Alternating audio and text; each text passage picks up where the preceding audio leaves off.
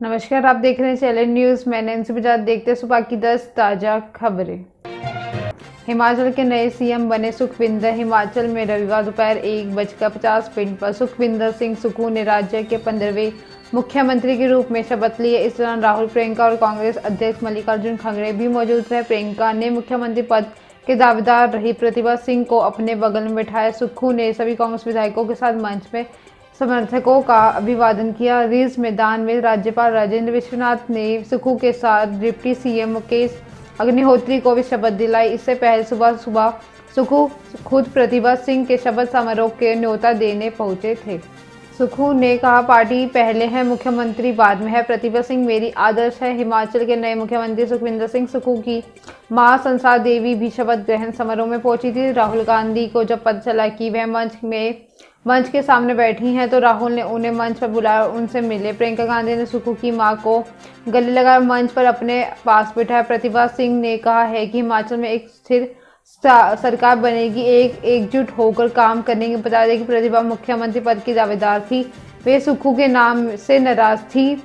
सुक्खू से मुलाकात के बाद उन्होंने कहा कि उनके बेटे विक्रमादित्य सिंह का मंत्री बनाना ऑलमोस्ट तय था।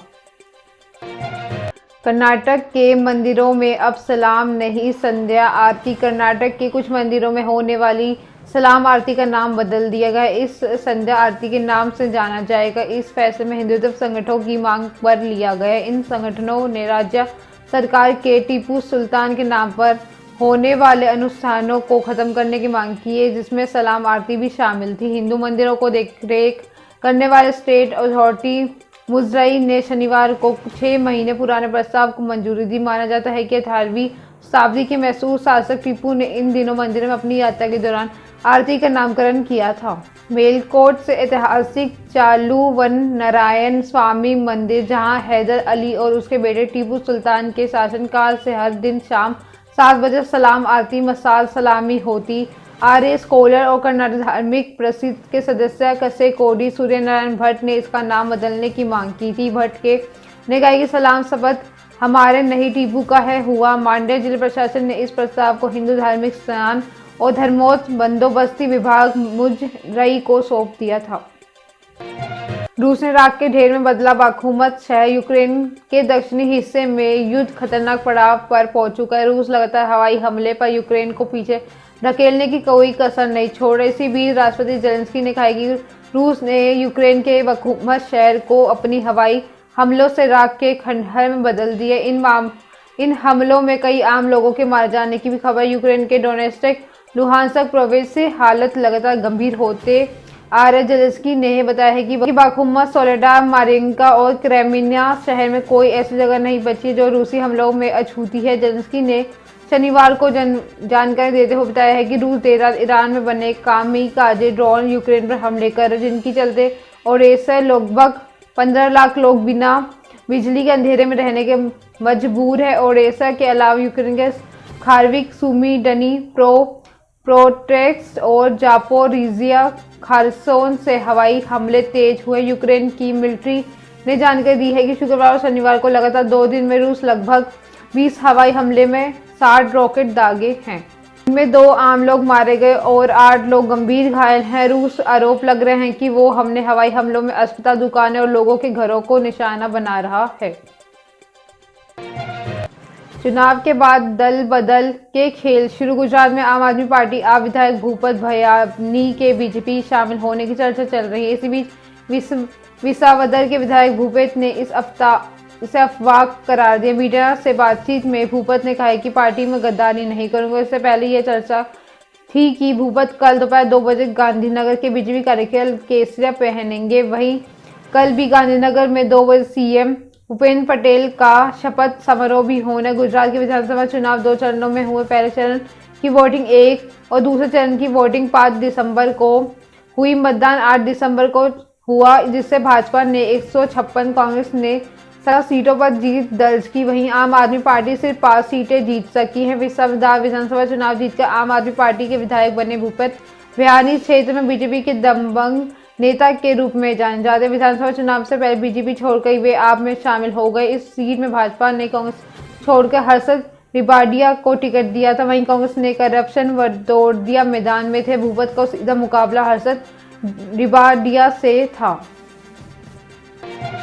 ट्विटर ब्लू सर्विस सोमवार को री-लॉन्च होगी। ट्विटर अपनी ब्लू सर्विस को सोमवार को री-लॉन्च करने जा रहा है। ट्विटर के ऑफिशियल हैंडल पर इसका ऐलान किया गया है। इस सब्सक्रिप्शन सर्विस में सरकार, कंपनियों और आम लोगों को अलग अलग रंग के बैच मिलेंगे। कंपनियों को गोल्ड चेक, सरकार को ग्रे चेक और आम नागरिकों को ब्लू टिक मिलेगा। इसके अलावा सभी चेक एक्टिवेट होने से पहले मैनुअल चेक किया जाएगा। अगर आप वेब पर ट्विटर ब्लू सब्सक्रिप्शन खरीदते हैं तो इसके लिए $8 प्रति माह चुकाने होंगे।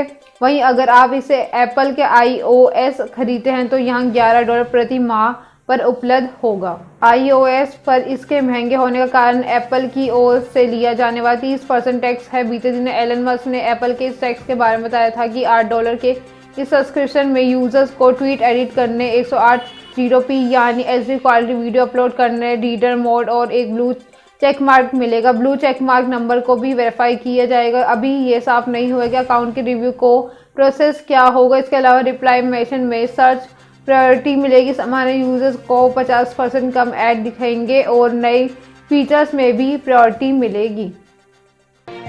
कैबिनेट बनते ही OPS पर फैसला। हिमाचल के मुख्यमंत्री बनते ही सुखविंदर सिंह सुक्खू ने अपने इरादे स्पष्ट कर दिए। सीएम पद की गोपनीयता की शपथ लेने के बाद मीडिया से बातचीत करते हुए सुक्खू ने कहा कि अभी कैबिनेट का गठन होना, मंत्रिमंडल बनने के बाद हिमाचल के लिए किए जाने वाले कामों पर बात होगी। किए गए सभी वादे पूरे होंगे। जनता के भरोसे पर आँच नहीं आने देंगे। हिमाचल के उप मुख्यमंत्री के रूप में शपथ लेने के बाद मुकेश अग्निहोत्री काफी जोश में नजर आए। मीडिया से बात करते हुए उन्होंने कहा कि सरकार बहुत अच्छे ढंग से चलेगी।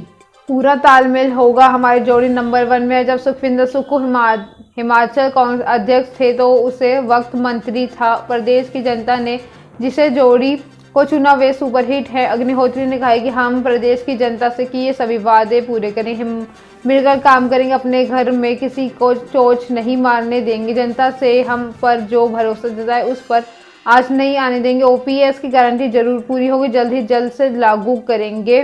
पहले लोग कहते थे कि कांग्रेस किसी राज्य में सत्ता में नहीं आएगी, लेकिन अब इसकी शुरुआत हो चुकी है। सबसे पहले देवभूमि में भाजपा का रथ रोका गया है। मथुरा में मोबाइल फटने से झुलसा मासूम। मथुरा में मोबाइल पर गेम खेलते समय अचानक मोबाइल फट गया। हादसे में 13 साल का बच्चा झुलस गया। इसके साथ मुंह पर चोट आ गई है। घायल अवस्था में बच्चे को परिजनों ने अस्पताल में भर्ती किया, जहां उसकी हालत स्थिर बनी हुई है। शहर कोतवाली इलाके में स्थित मेवाती मोहल्ले में एक घर में विस्फोट की आवाज आई। आवाज सुनकर जब लोग मौके पर पहुंचे तो देखा कि मोबाइल फटा था। उस मोबाइल पर गेम खेल रहा बच्चा घायल है। परिजन और मोहल्ले के लोग तत्काल बच्चे को लेकर अस्पताल लेकर पहुंचे। मेवाती मोहल्ला के रहने वाले मोहम्मद जावेद ने बताया है कि उसका 13 वर्षीय बेटा मोहम्मद जुनैद मोबाइल पर गेम खेल रहा था। घर के अंदर गेम खेलते खेलते अचानक मोबाइल फट गया। मोबाइल फटने के कारण जुनैद बुरी तरह झुलस गया। जुनैद को गंभीर घायल होने पर उसे स्थानीय एक निजी अस्पताल में भर्ती कराया। दहेज में कार नहीं मिली तो मैनेजर नहीं लाया बारात। झांसी में दहेज में कार नहीं मिलने पर उठे मैनेजर ने गर्लफ्रेंड से शादी करने से मना कर दिया। लड़का लड़की की लव मैरिज हो रही थी। 1 साल पहले उनकी सगाई हो चुकी थी। लड़की के माता पिता दहेज में 5 लाख रुपए कैश भी दे चुके थे। इसके बाद ससुराल वाले कार की डिमांड करने लगे तो 2 दिसंबर को बारात आनी थी। कार नहीं मिलने से नाराज वर पक्ष ने शादी करने से मना कर दिया। बारात लेकर नहीं आए तो एन वक्त में शादी टूटने से लड़की के परिवार वाले सदमे में हैं।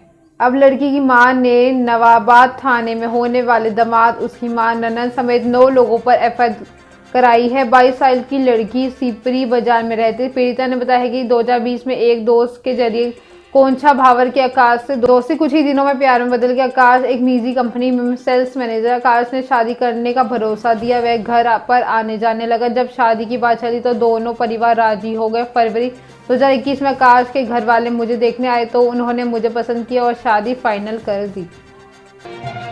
सेमीफाइनल में पहुंचा फ्रांस। फीफा वर्ल्ड कप 2022 में शनिवार देर रात हुए क्वार्टर फाइनल मुकाबले में फ्रांस ने इंग्लैंड को 2-1 से हराया। जीत के साथ ही फ्रांस सेमीफाइनल में पहुंच गया। जब सेमीफाइनल में उसका मुकाबला मोरक्को से होगा। फ्रांस के लिए ऑरेलियन टचोमैनी ने 17वें व जिरूड ने 77वें मिनट में गोल दागा। इंग्लैंड की तरफ से एकमात्र गोल हैरी केन के पेनल्टी के जरिए किया। मैच का पहला गोल 17वें मिनट में आया। टीम के मिडफील्डर ऑरेलियन टचोमैनी ने ये गोल दागा। फ्रांस एम्बाप्पे ने बॉक्स के बाहर से आने साथी एंटोनी ग्रीजमैन के पास दिया, ग्रीजमैन के पास लिया और बॉक्स की तरफ दौड़ते हुए ऑरेलियन टचोमैनी के बॉल दी। टचोमैनी ने बॉक्स के बाहर पावरफुल शॉट मारा और बॉल को नेट के अंदर पहुंचा दिया। दृश्यम 2 ने लगाई डबल सेंचुरी। दृश्यम 2 की बॉक्स ऑफिस पर शानदार कमाई जारी। दृश्यम 2 अब 200 करोड़ के क्लब में शामिल होने वाली अजय देवगन की तीसरी फिल्म बन गई है। चौथे हफ्ते आते आते फिल्म ने 203.94 करोड़ की कमाई कर ली है। इससे पहले अजय ने 2020 में आई फिल्म का तान्हा जीदा अनसंग वॉरियर 2017 में गोलमाल अगेन 200 करोड़ की से ज़्यादा कमाई की। अब 60 करोड़ के बजट में बनी ये फिल्म अजय देवगन के करियर की दूसरी सबसे बड़ी ब्लॉकबस्टर बनने की राह पर है। ट्रेड एनालिस्ट तरन आदर्श ने फिल्म के लेटेस्ट शेयर करते हुए लिखा है कि दृश्यम 200 करोड़ क्लब में शामिल हो गई है। सुबह की 10 ताज़ा खबरें ऐसे अपडेट्स के लिए बने रहे हमारे साथ। चैनल को लाइक करें, कमेंट करें एंड सब्सक्राइब करना ना भूलें। धन्यवाद।